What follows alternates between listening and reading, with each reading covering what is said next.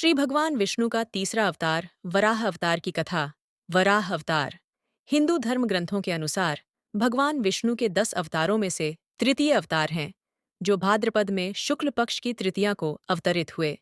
वराह अवतार की कथा। हिरण्याक्ष और हिरण्यकशिपु ने जब दिति के गर्भ से जुड़वां रूप में जन्म लिया तो पृथ्वी कांप उठी।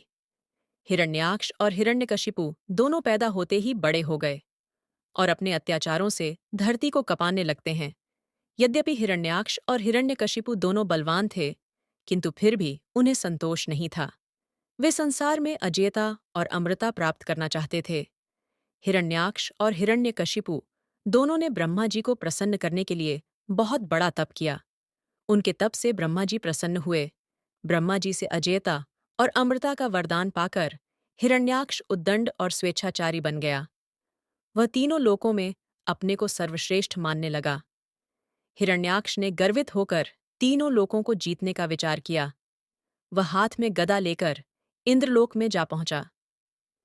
देवताओं को जब उसके पहुंचने की खबर मिली तो वे भयभीत होकर इंद्रलोक से भाग गए।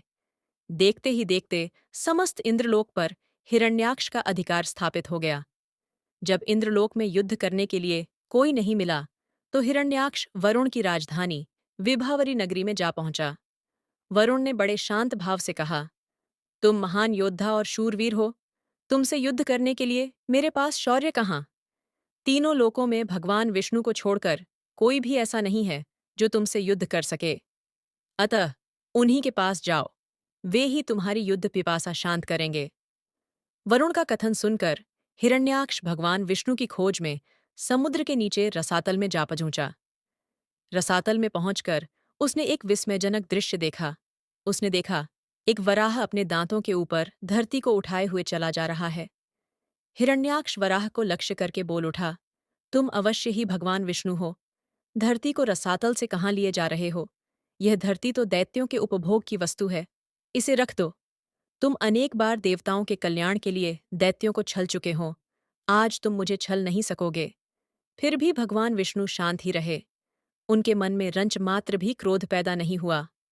वे वराह के रूप में अपने दांतों पर धरती को लिए हुए आगे बढ़ते रहे। हिरण्याक्ष भगवान वराह रूपी विष्णु के पीछे लग गया। उन्होंने रसातल से बाहर निकलकर धरती को समुद्र के ऊपर स्थापित कर दिया। हिरण्याक्ष उनके पीछे लगा हुआ था, अपने वचन बाणों से उनके हृदय को बेध रहा था। भगवान विष्णु ने धरती को स्थापित करने के पश्चात हिरण्याक्ष की ओर ध्यान दिया। उन्होंने हिरण्याक्ष की ओर देखते हुए कहा, तुम तो बड़े बलवान हो। बलवान लोग कहते नहीं हैं, करके दिखाते हैं। तुम तो केवल प्रलाप कर रहे हो। मैं तुम्हारे सामने खड़ा हूं। तुम क्यों नहीं मुझ पर आक्रमण करते? बढ़ो आगे, मुझ पर आक्रमण करो। हिरण्याक्ष की रगों में बिजली दौड़ गई। वह हाथ में गदा लेकर भगवान विष्णु पर टूट पड़ा। भगवान के हाथों में कोई अस्त्र शस्त्र नहीं था। उन्होंने दूसरे ही क्षण हिरण्याक्ष के हाथ से गदा छीनकर दूर फेंक दी। हिरण्याक्ष क्रोध से उन्मत्त हो उठा। वह हाथ में त्रिशूल लेकर भगवान विष्णु की ओर झपटा। भगवान विष्णु ने शीघ्र ही सुदर्शन का आह्वान किया। चक्र उनके हाथों में आ गया। उन्होंने अपने चक्र से हिरण्याक्ष के टुकड़े टुकड़े कर दिए। भगवान विष्णु के हाथों मारे जाने के कारण हिरण्याक्ष बैकुंठ लोक में चला गया।